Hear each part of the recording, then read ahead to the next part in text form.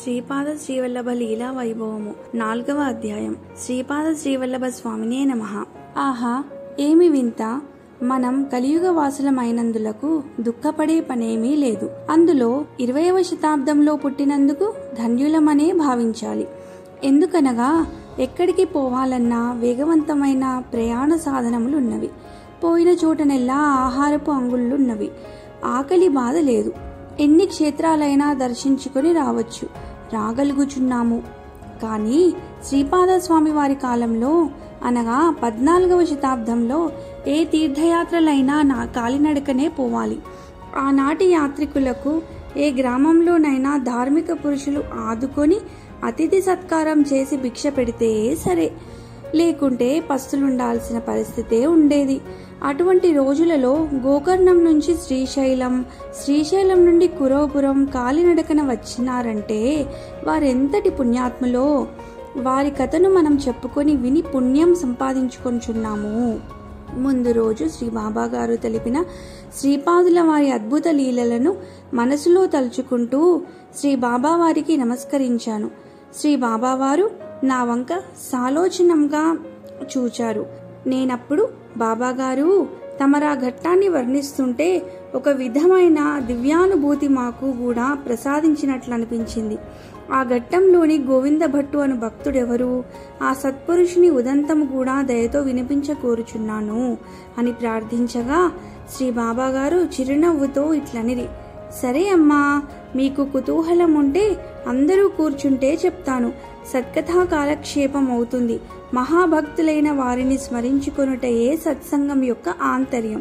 పోతన గారు చెప్పినట్లు పలికెడిది భాగవతమట, పలికించడివాడు రామభద్రుడట, నే పలికిన భవహర మగునట, పలికెద వేరొండ గాథ పలుకగనేలా. భాగవతమనగా భగవంతునికి భక్తునికి గల సంబంధము అనుబంధముగా మారుట. ఈ అనుబంధము భక్తి అను సూత్రముతోనే బంధించబడుతుంది. సృష్టిలోని జీవులన్నింటికీ భగవంతునితో సంబంధమైతే ఉన్నది. అది ఉన్నదని తెలియడానికి భక్తి కావాలి. అది లేనప్పుడు భగవంతుడు మనకు దూరంగా ఎక్కడో ఉంటాడు, మనం దుఃఖిస్తుంటే ఆయన నవ్వుకుంటాడు అని కొందరు భావిస్తారు. కానీ భక్తులు ఈ సృష్టిలోని ప్రతి అణువును భగవంతుని రూపంగా విశ్వసిస్తారు, ఆరాధిస్తారు. కాబట్టి భక్తుని కథ భగవంతుని కథలో ఇమిడే ఉంటుంది. గోకర్ణ క్షేత్ర మహిమ. అలాగే గోవింద భట్టు అనువారు గోకర్ణ క్షేత్రంలో నివసించేవాడు. శ్రీపాద స్వామి వారు క్షేత్రాలన్నీ దర్శించుకుంటూ గోకర్ణం చేరి కొంతకాలం అక్కడే ఉన్నారు. ముందుగా మీకు గోకర్ణ క్షేత్రం యొక్క విశేష మహిమను చెప్పి తర్వాత గోవింద భట్టును గురించి చెప్తాను. ముందుగా క్షేత్రాన్ని కీర్తించి తర్వాత శ్రీపాద లీలలను కీర్తించుదాము. భారతావనిలో, అరేబియా సముద్రంలో, కర్ణాటక రాష్ట్రంలో గోకర్ణం అనే ప్రసిద్ధిగాంచిన శైవ పుణ్యక్షేత్రం అత్యంత పావనము, పురాతనమైనది. పూర్వం రావణాసురుడు తన తల్లి పూజ చేసుకునేటందుకని లింగం కావాలని శివుని గూర్చి ఘోర తపస్సు చేసి ఆయనను మెప్పించాడు. శివుడు ప్రత్యక్షమై వరము కోరమనగా తన తల్లి సైకత లింగమునకు పూజ చేస్తుండగా సముద్రపు అలల తాకిడికి అది చెదిరిపోయింది. కావున పూజ కొరకు ఆమెకు లింగం కావాలని కోరాడు. లేకుంటే ఈ కైలాసాన్ని పెకిలించుకుపోయి లంకలో ప్రతిష్ఠించాలని వచ్చానన్నాడు. రావణుని కోరిక విని ప్రసన్నుడైన శివుడు తన ఆత్మలింగాన్ని ప్రసాదించాడు. ఈ ఆత్మలింగం ఉన్న చోటు కైలాసమేనని చెప్పాడు. దానిని క్రింద పెట్టకుండా తీసుకొని పోవాలని చెప్పాడు. దానిని తీసుకుని రావణుడు లంకకు పోవుచుండగా శ్రీ గణేశునికి కోపం వచ్చింది. తనను పూజించకుండా, తన అనుమతి లేకుండా, తనను తలవకుండా, లెక్క చేయకుండా పోతున్న రావణుణ్ణి ఎట్లయినా ఆపాలని నారదుని సహాయంతో గణేశుడు, విష్ణువు చేసిన లీలా నాటకం వలన ఆ లింగం అచ్చట ప్రతిష్ఠించబడినది. ఇది ఒక వింత కథ. నారదుడు రావణునికి అడ్డు తగిలి సంధ్యా సమయం గుర్తు చేస్తాడు. ఆ సమయంలో సుదర్శన చక్రమును సూర్యునికి అడ్డువైచి కృత్రిమ సంధ్యా సమయాన్ని సృష్టించాడు విష్ణువు. రావణుడు చుట్టూ చూడగా గణేశుడు బాలకుని రూపంలో గోచరించాడు. ఆ బాలుని పిలిచి బ్రతిమాలి ఆత్మలింగం క్రింద పెట్టరాదు కనుక నేను సంధ్య వార్చుకొని వచ్చే వరకు దీనిని ధరించి ఉండమని కోరాడు. ఆ మాయా బాలకుడు నేను 3 సార్లు పిలిచేలోపు రాకుంటే క్రింద పెట్టేస్తానని చెప్పగా రావణుడు దానికి ఒడంబడి అతని చేతికి లింగాన్నిచ్చి సంధ్య వార్చుకొనుటకు సముద్రం వద్దకు పోయాడు. స్నానం చేసేలోపు రావణా రావణా అని 3 సార్లు పిలిచి గణేశుడా లింగమును సకల దేవతలను స్మరించుచు అచట నేలపై ప్రతిష్ఠించెను. రావణుడు వచ్చు లోపలనే ఆ లింగము నేలలో బలముగా నాటుకుపోయెను. దానిని పెకిలింప ప్రయత్నించి రావణుడు విఫలుడై మరలిపోయెను. అతని బలము కన్నా ఎక్కువ బలము కలిగినందున ఆ లింగమునకు మహాబలేశ్వరుడని ఖ్యాతి కలిగెను. ఆ లింగము రావణుని చేతి రాపిడికి గోకర్ణాకారం కలిగి ఉన్నందున గోకర్ణమనే పేరు సార్థకమై ఆ ప్రదేశము భూకైలాసమనే ఖ్యాతికి పాత్రమైనది. అటువంటి దివ్యక్షేత్రంలో శ్రీపాదుల వారు 3 సంవత్సరాలు తమ అనుష్ఠానమును తపస్సును కావించినారు, జ్ఞానబోధనలు చేసినారు. శ్రీ స్వామివారు అచ్చటికి చేరి కొన్ని రోజులు గడిచినవి. అయినను ఆ ప్రాంతవాసులకు శ్రీపాదుల వారి దివ్యత్వము నిజతత్వము గురించి ఏమీయూ తెలియలేదు. ఆయనను ఒక సాధువుగాను సాధకునిగాను భిక్షకునిగాను ఎవరికి తోచిన విధంగా వారు భావించేవారు. శ్రీ స్వామివారి దివ్యత్వం బయటపడే సన్నివేశం ఇక్కడ ఇలా జరిగింది. ఒకనాడు గోవింద భట్టు తన ఇంటి అరుగుపైన కూర్చుండి కొందరు మిత్రులతో ఆధ్యాత్మిక విషయాలు చర్చించుచు సత్సంగము చేయుచుండెను. వారి చర్చలో గురుగీతలోని అంశాలు కొన్ని చోటి చేసుకునెను. గురువో బహవస్సంతి శిష్యహృత్తాపహారకాః. ప్రపంచంలో ఎందరో గురువులుంటారు.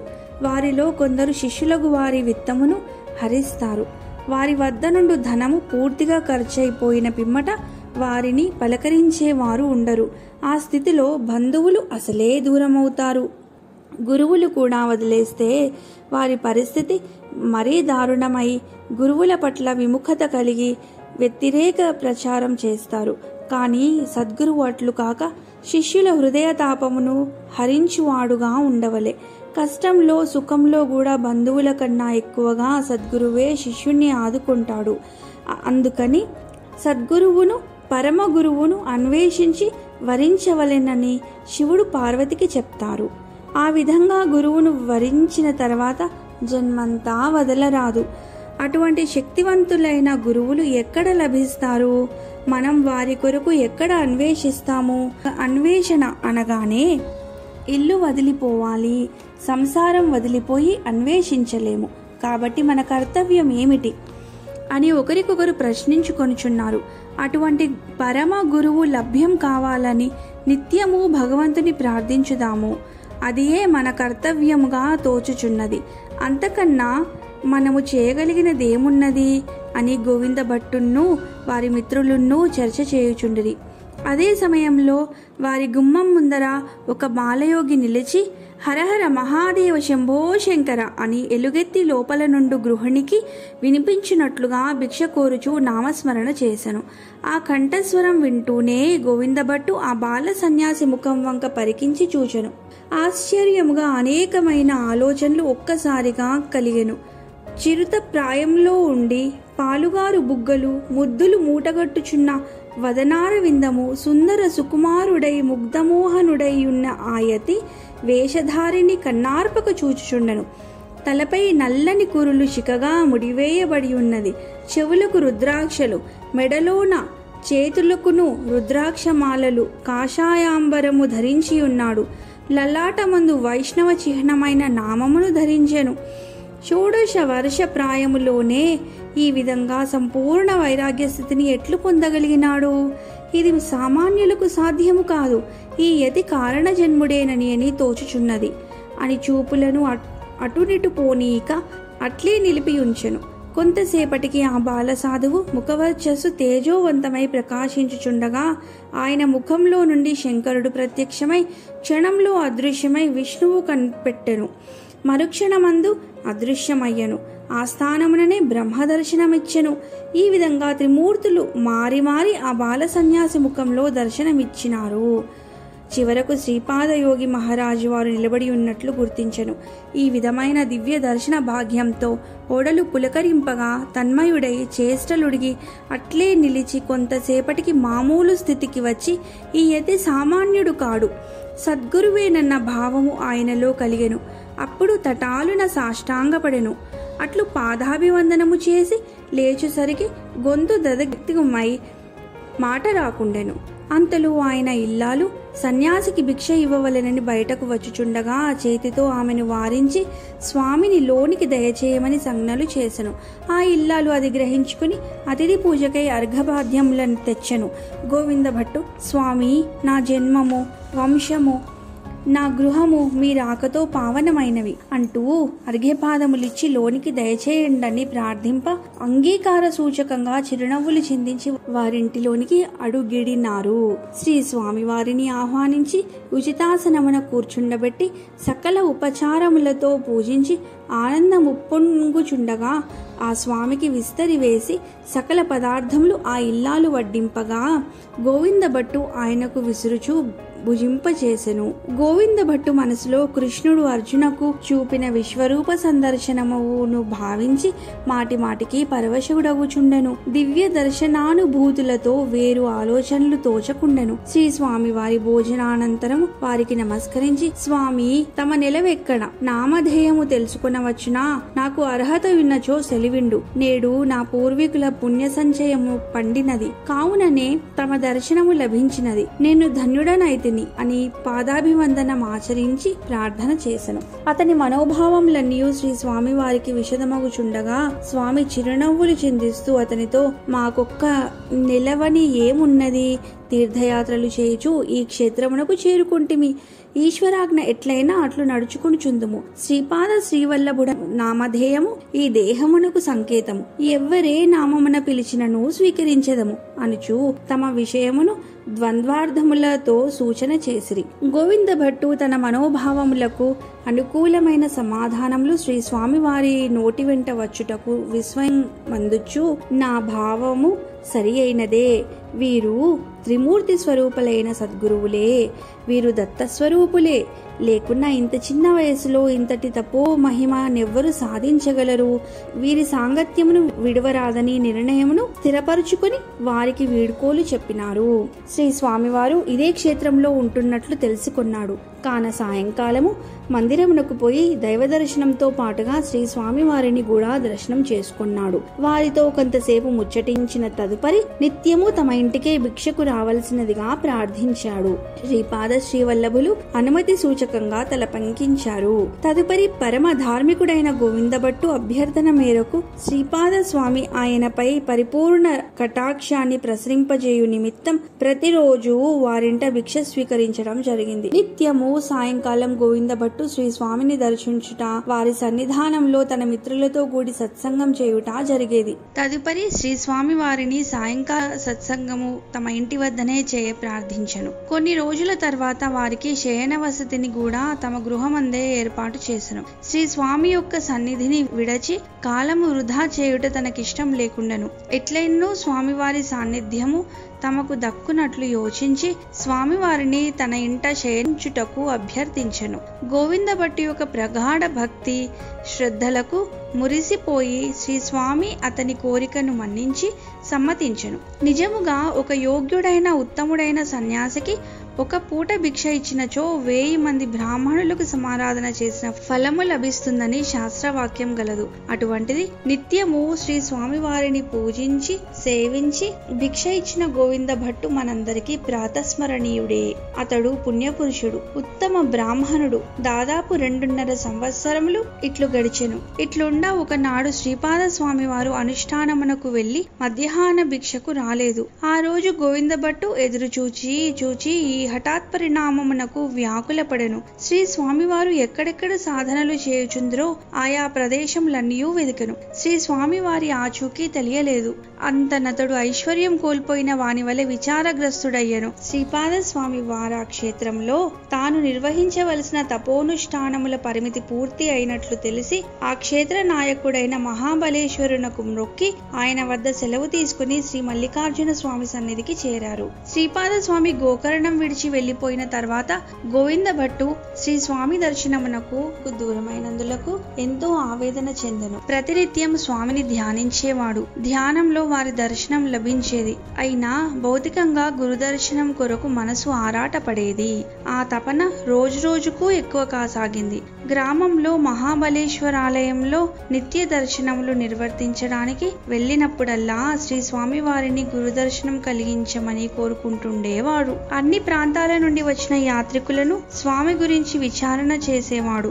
దక్షిణాది నుండి వచ్చిన కొందరు యాత్రికులు ఈయన చెప్పిన లక్షణములను బట్టి, ఆకార వర్ణనను బట్టి తాము శ్రీశైల క్షేత్రంలో అట్టి స్వామిని దర్శించినామని చెప్పిరి. వారు దర్శించిన యువకుడైన యోగి పుంగవుడే శ్రీపాదుడై ఉండవచ్చునని భావించి గోవింద భట్టు ఆనంద పరవశుడయ్యను. ఎవరి ముఖతః శ్రీపాదుల విషయం తెలుసుకున్నాడో వారందరినీ గురుబంధువులుగా ఆదరించి ఆప్యాయతగా గోకర్ణ క్షేత్ర విశేషములను వర్ణించి చెప్పెను. క్షేత్ర దర్శనం చేయించెను. శ్రీపాద స్వామి శ్రీశైలంలో ఉన్నారని తెలిసిన నాటి నుండి వారి దర్శనాభిలాష మనసును వేగిర పెట్టుచుండెను. ఇంతలో అతని చిన్ననాటి గురుకుల సహపాఠియు మహారాష్ట్రలో పూనా దగ్గరలోని ఆలంది క్షేత్ర నివాసి అయ్యున్న చిదంబర శాస్త్రి అను పండితుడు శిష్య సమేతంగా గోవింద భట్టు ఇంటికి వచ్చినాడు. ఇతడు జ్ఞానేశ్వర మహారాజును దర్శించి సేవించిన గొప్ప పండితుడు. బ్రాహ్మణ సంఘానికి అధిపతియును అయిన గంగాధర శాస్త్రి వంశస్థుడు. గోవింద భట్టు మహదానందంతో చిదంబర శాస్త్రి మరియు యాత్రా బృందమును ఆహ్వానించి వారికి కావలసిన సదుపాయము, విడిది మరియు ఆతిథ్యము ఏర్పాటు చేసినారు. ఉభయ కుశల ప్రశ్నలు అయిన తర్వాత అల్పాహారమును సేవించి విశ్రాంతిగా కూర్చున్న శాస్త్రి గోవింద భట్టుతో ఇలా పలికారు. మహాత్మా, తమరు పూర్వము తెలియజేసిన విధంగా మహామహిమాన్వితమైన యువయోగి పుంగవుని దర్శించుకోవాలని చాలా కాలంగా ప్రయత్నించగా ఇంతకాలానికి ప్రయాణం కుదిరింది. ఆ స్వామి వారిని, మిమ్మును, మహాబలేశ్వరుణ్ణి కూడా దర్శించుకునే అవకాశం కలిగినందుకు ఎంతో ఆనందంగా ఉంది అని చేతులు జోడించి వినయంగా పలికగా గోవింద భట్టు వారితో ఇట్లనెను. మిత్రమా, శ్రీ స్వామి వారు ఇచ్చట నుండి వెళ్లిపోయి 3 మాసముల పైనే అయినది. వారి భౌతిక దర్శనం దొరకక నేనును చింతించుచున్నాను. ఎంతో ప్రయత్నించగా వారు శ్రీశైల క్షేత్రంలో ఉన్నారని ఈ మధ్యనే తెలిసినది అనగానే చిదంబర శాస్త్రి, అహో జ్ఞానేశ్వరా, ఏమి నాయనా ఈ పరీక్ష? ఎంతో శ్రమ కోర్చి నేటికిక్కడికి చేరితే శ్రీ స్వామి దర్శనం దొరకలేదు. ఏమిటి తండ్రి నా కర్తవ్యము అని బాధపడసాగినాడు. అంతేగాక భట్టుగారితో, మిత్రమా, నీ ద్వారా శ్రీ స్వామి అపరదత్తావతారమని తెలిసి వారిని దర్శించాలని బయలుదేరుతూ పండరీపుర క్షేత్రంలోని వేద పండితుడైన పాండురంగ విఠల భట్టు గారిని, అచటి ఆలయ పూజారి రామానంద పూజారిని ఇక్కడకు రమ్మని కోరినాను. నేడో రేపో వారు కూడా ఇచ్చటికి రావచ్చు అని చెప్పుచుండగానే గోవింద భట్టు ఇంటి వెలుపల నుండి ఎవరో పిలిచినట్లు వినిపడినది. ఆ కంఠధ్వని వింటూనే చిదంబర శాస్త్రి, ఇదిగో వారు రానే వచ్చారు అని ఇరువురు లేచి వెలుపలకు వచ్చి పరస్పరం పరిచయ కార్యక్రమాలు ముగించి లోనికి ఆహ్వానించారు. వారికి కూడా గోవింద భట్టు బస ఏర్పాటు చేసినారు. ఆ రాత్రి గడిచింది. మరునాడు ఉదయమే వారందరికీ మహాబలేశ్వర దర్శనం చేయించి క్షేత్ర మహిమను చక్కగా వివరించాడు గోవింద భట్టు. అందరూ ఆలయ మండపంలో కూర్చుని తిరిగి శ్రీ స్వామి దర్శనం గురించి చర్చించసాగిరి. అంతలో పాండురంగ విఠల భట్టు, మిత్రులారా, శ్రీ స్వామి వారిని ఇచ్చట దర్శించుకుని తీర్థయాత్రలు చేయాలనే అన్ని కార్యములు చక్కదిద్దుకొని వచ్చాము. కావున యాత్రలు చేసుకుంటూ మనందరము శ్రీశైల క్షేత్రానికి పోదాము, అచ్చటనే శ్రీ స్వామి దర్శనం చేసుకుందాము అని అనగానే గోవింద భట్టు, చాలా చక్కని ఆలోచన. శ్రీ స్వామి వారిని దర్శించాలని నా మనసు చాలా వేగిరపడుచున్నది. అది ఈ విధంగా పూర్తి కానున్నది కాబోలు. ఇదంతా శ్రీపాదుల వారి అనుగ్రహమే. నేను ఒంటరిగా యాత్రలు చేయలేనని మీ అందరినీ నాకు తోడుగా పంపినారు.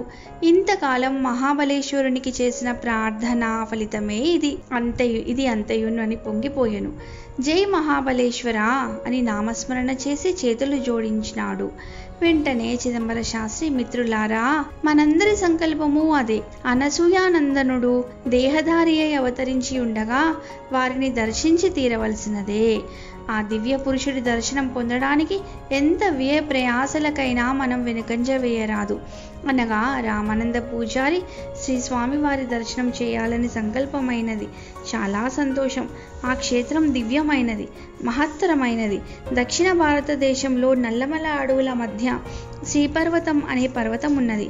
అక్కడ శివుడు జ్యోతిర్లింగమై విరాజిల్లుచున్నాడు. అష్టాదశ పీఠాలలో ఒకటైన శ్రీ భ్రమరాంబికా శక్తిపీఠంగా అక్కడ వెలిసి ఉన్నది. కృష్ణా నది అక్కడ పాతాళ గంగా అనే పేరుతో ప్రవహిస్తూ అందరినీ సర్వపాప విముక్తులను చేస్తున్నది. అటువంటి పరమ పవిత్రమైన శ్రీశైల క్షేత్రంలో ఎందరో మునులు, మహర్షులు వారి తపోశక్తిని అచ్చటనే ధారపోసి ఆ క్షేత్ర దర్శనంతో పాపులు పరిశుద్ధులగుటకై సంకల్పించినారని చెప్పుకొందురు. అందువల్లనే ఆ క్షేత్రంలో శ్రీశైల మల్లికార్జున దేవాలయ శిఖర దర్శనంతో పునర్జన్మ ఉండదని ప్రతీతి. శ్రీపాదస్వామి వారు కూడా ఆ క్షేత్రంలో తపస్సు చేసి ఆ క్షేత్రం యొక్క పవిత్రతను ద్విగుణీకృతం చేయడానికే అక్కడకు చేరి ఉంటారు. కావున మనందరము శ్రీశైల యాత్ర చేద్దాము అని చెప్పినారు. భక్తులందరూ శ్రీశైల యాత్ర. మరుసటి రోజు గోవింద భట్టుతో సహా అందరూ బృందంగా ఏర్పడి యాత్ర సాగించారు. అనేక మజిలీలు చేసుకుంటూ దారిలో తారసపడిన దివ్యక్షేత్రాలు దర్శించుకుంటూ శ్రీశైల క్షేత్రానికి చేరారు. అందరూ పాతాళ గంగలో స్నానం చేసి మల్లికార్జున స్వామిని, భ్రమరాంబికామాతను దర్శించుకున్నారు. శ్రీపాద స్వామి వారి పోలికలు చెప్పి, అటువంటి స్వామి ఇక్కడ తపస్సు చేసుకుంటూ ఉన్నారా అని అచ్చటి పూజారుల వద్ద విచారించారు. ఆ పూజారులు ఇలా చెప్పారు: కొంతకాలం క్రిందట గోకర్ణం నుండి ఒక చిన్న వయసు గల స్వామివారు వచ్చి ఇక్కడ 4 నెలలు ఉన్నారు. వారు ఎవరితోనూ ఎక్కువగా మాట్లాడేవారు కాదు. ధ్యానము, జపము, తపము చేసుకుంటూ ఉండేవారు. సత్సంగంలో జ్ఞానబోధలు చేసేవారు. ఇటీవలనే వారు ఇక్కడ నుండి వేరే తపోభూమికి వెళ్ళినట్లు తెలిసింది అని చెప్పారు. అయితే వారు వెళ్లే ముందు కృష్ణా నది మధ్యలో పురాణ కాలం నుండి మహాత్ములు, ఋషులు తపస్సు చేసుకున్న కురుగడ్డ అనే పుణ్యభూమి ఉన్నదని, వారికక్కడ తపస్సుకు అనుకూలంగా ఉంటుందని, అచ్చటికి తాము వెళ్ళబోతున్నామని వారితో సన్నిహితంగా మెలిగిన నిర్మలానంద బ్రహ్మచారికి చెప్పి ఉన్నారు. మీరు విచారించుకొని మార్గం తెలుసుకుని వెళ్ళండి అని చెప్పారు. పూజారులు ఈ యాత్రా బృందాన్ని ఎంతో ఆదరించి వారికి కావలసిన భోజన సామాగ్రినంతా సమకూర్చి అన్ని సదుపాయాలు చేశారు. శ్రీపాద వల్లభులే మనకు మార్గదర్శనం చేస్తారు కూడా. ఎందుకంటే వారిని దర్శించాలనే సంపూర్ణ ఆకాంక్షతో మనం బయలుదేరాము. సర్వజ్ఞులైన ఆ స్వామి సంకల్పము లేక మనం ఇంత దూరం రాగలమా అని గోవింద భట్టు వారి మిత్రులు కూడా దృఢ నిశ్చయం చేసుకున్నారు. ఆ సాధువు గారిని కూడా అన్ని విషయాలు విచారించగా వారు దగ్గర దారి తెలిపి కృష్ణానది ఏ దిక్కుగా వస్తున్నదో ఆ దిక్కుగానే ప్రయాణమై పొమ్మని వారు తెలిపారు. మరియు శ్రీపాద వల్లభులు వివరించిన నివృత్తి సంగమం గురించి కూడా తెలిపారు. శ్రీపాద వల్లభులను స్మరించుకుంటేనే వారికి మార్గం ఎవరో ఒకరు తెలుపుచున్నారు.